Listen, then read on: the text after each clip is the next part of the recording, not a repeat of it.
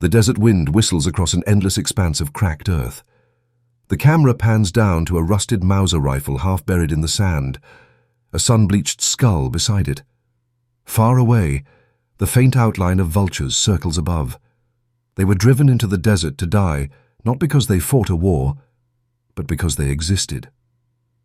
This is not a forgotten battle. It is not a tragic accident of history. This is the story of one of the first genocides of the 20th century, the extermination of the Herero and Nama peoples by the German Empire in what is now Namibia. A story buried under colonial lies for over a century until the truth began to claw its way back into the light. Welcome to Sands of History, where we uncover the untold, the hidden, and the deliberately erased chapters of our past.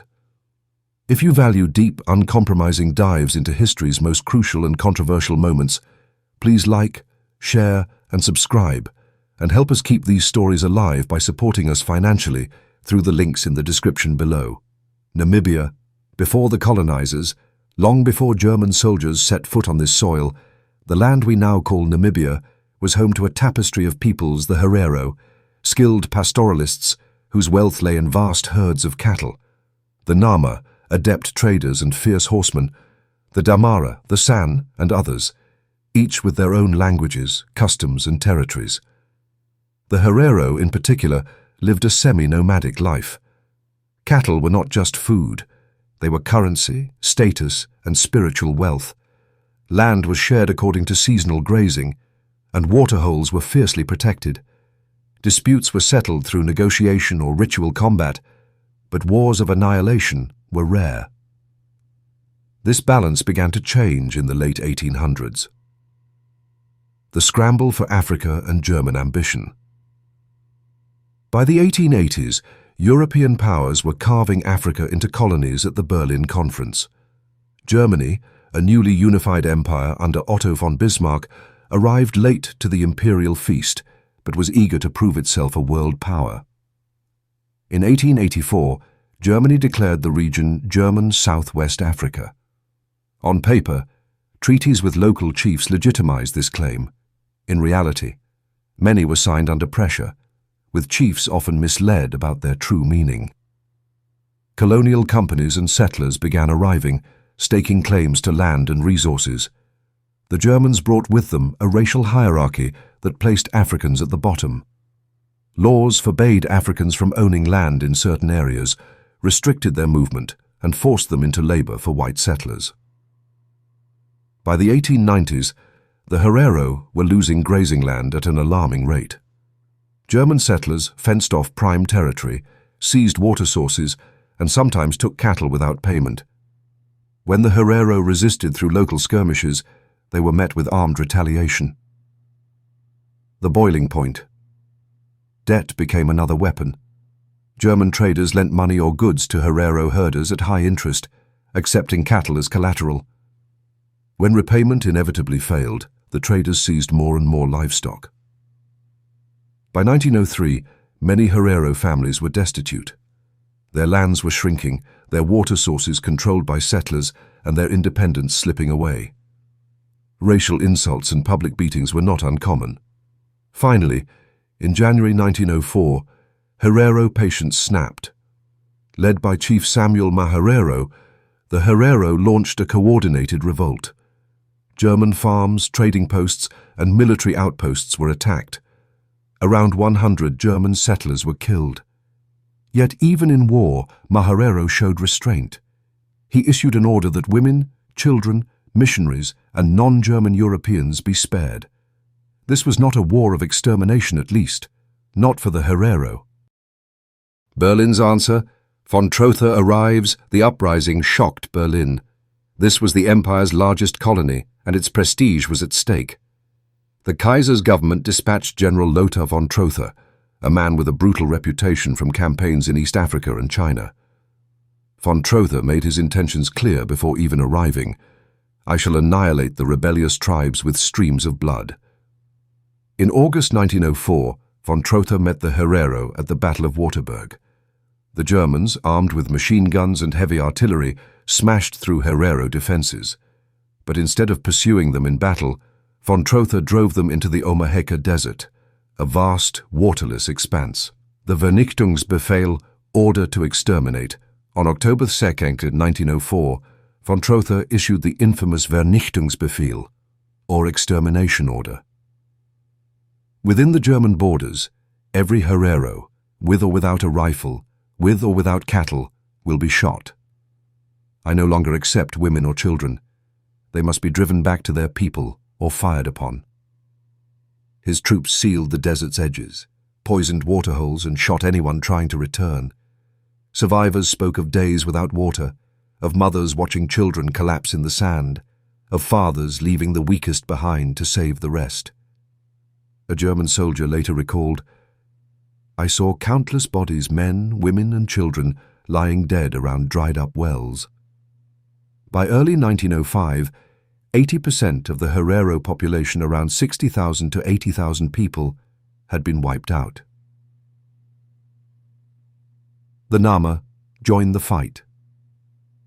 The Nama people, led by Hendrik Witbooi and later Jacob Morenga, initially tried to maintain peace with the Germans, but after witnessing the Herero slaughter, they took up arms in late 1904.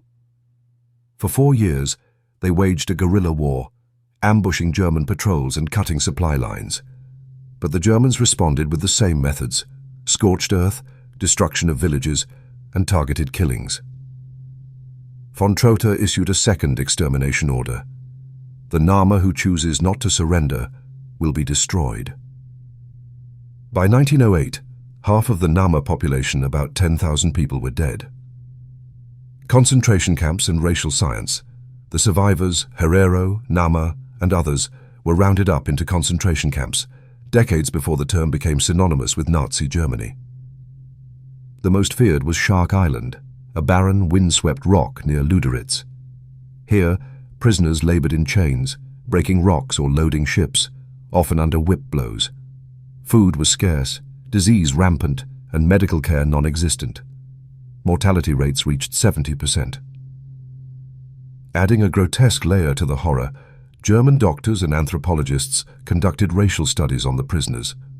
Skulls were sent to Berlin for scientific measurements, meant to prove European superiority. One German anthropologist wrote chillingly, "Science must prove our superiority."